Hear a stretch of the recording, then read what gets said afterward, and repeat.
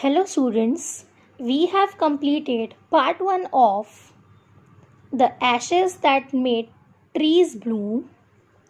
In part 1 we learned that the old couple treated the little dog like their own child. The dog made them rich by finding gold coins. Another being jealous of the rich old couple.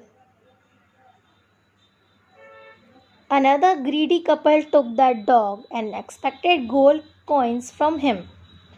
They found a carcass of kitten when they dug the ground, and being angry on him, they killed him. The old couple mourned about his death.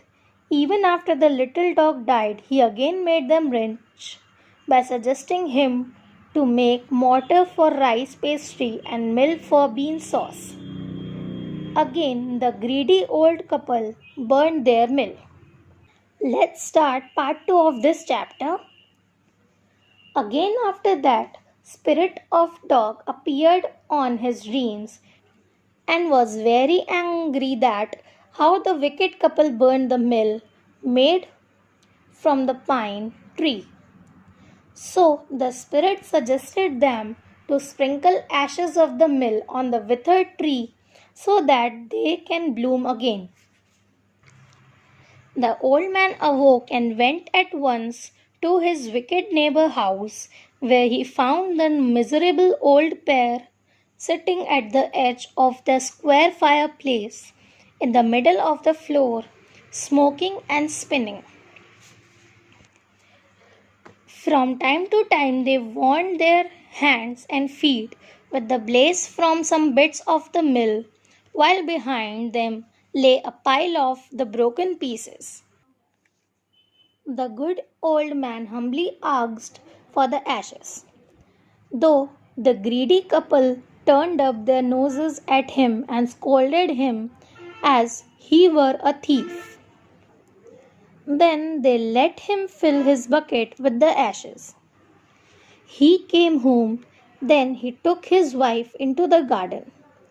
Cherry tree was their favorite, but due to winter, it became dull and bare. As said by the little dog spirit, he sprinkled a pinch of ashes on it, and it sprouted blossoms until it became a cloud of pink blooms which perfumed the air. The news of this filled the village, and everyone ran out to see the wonder. The greedy couple also heard the story and, gathering up the remaining ashes of the mill, kept them to make withered trees blossom. One day, it was a time of daimyo. Daimyo means wealthy landowners of 19th century in Japan. Daimyo was to pass along the high road near the village, set out to see him, taking his bucket of ashes. As the train approached, he climbed up into an old withered cherry tree that stood by the wayside. In 19th century, it was the custom when their lord passed by all the royal people to shut up their high windows. They even pasted them fast with a slip of paper so as not to commit the impertinence of looking down on his lordship.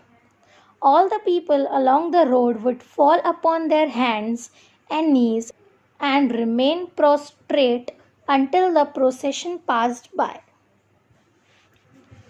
The train drew near. One tall, competent man marched ahead, crying out to the people by the way, and told everyone to get down on their knees. And everyone kneeled down while the procession was passing. Suddenly, the leader of the van caught sight of the aged man up in the tree. He was about to call out to him in an angry tone, but seeing he was such an old fellow, he pretended not to notice him and passed him by. So, when the daimyo's palanquin drew near, the old man took a pinch of ashes from his basket and scattered it over the tree. In a moment, it burst into blossom. The delighted daimyo ordered the train to be stopped and got out to see the wonder. Calling the old man to him, he thanked him and ordered presents of silk, robes, sponge cake, fan, and other rewards to be given him. He even invited him to the castle. So the old man went gleefully home to share his joy with his dear old wife. But when the greedy neighbor heard of it, he took some of the magic ashes and went out on the highway. There he waited until the daimyo's train came along, and instead of kneeling down like the crowd, he climbed a withered cherry tree. When the daimyo himself was almost directly under him, he threw a handful of ashes over the tree, which did not change a particle. The wind blew the fine dust in the noses and eyes of the daimyo and his wife. They started sneezing and choking. It spoiled all the pomp and dignity of the procession. He ordered the greedy old man to get down on his knees and, seized by the collar, dragged him from the tree and tumbled him and his ash bucket into the ditch by the road. Then, beating him soundly, he left him for dead.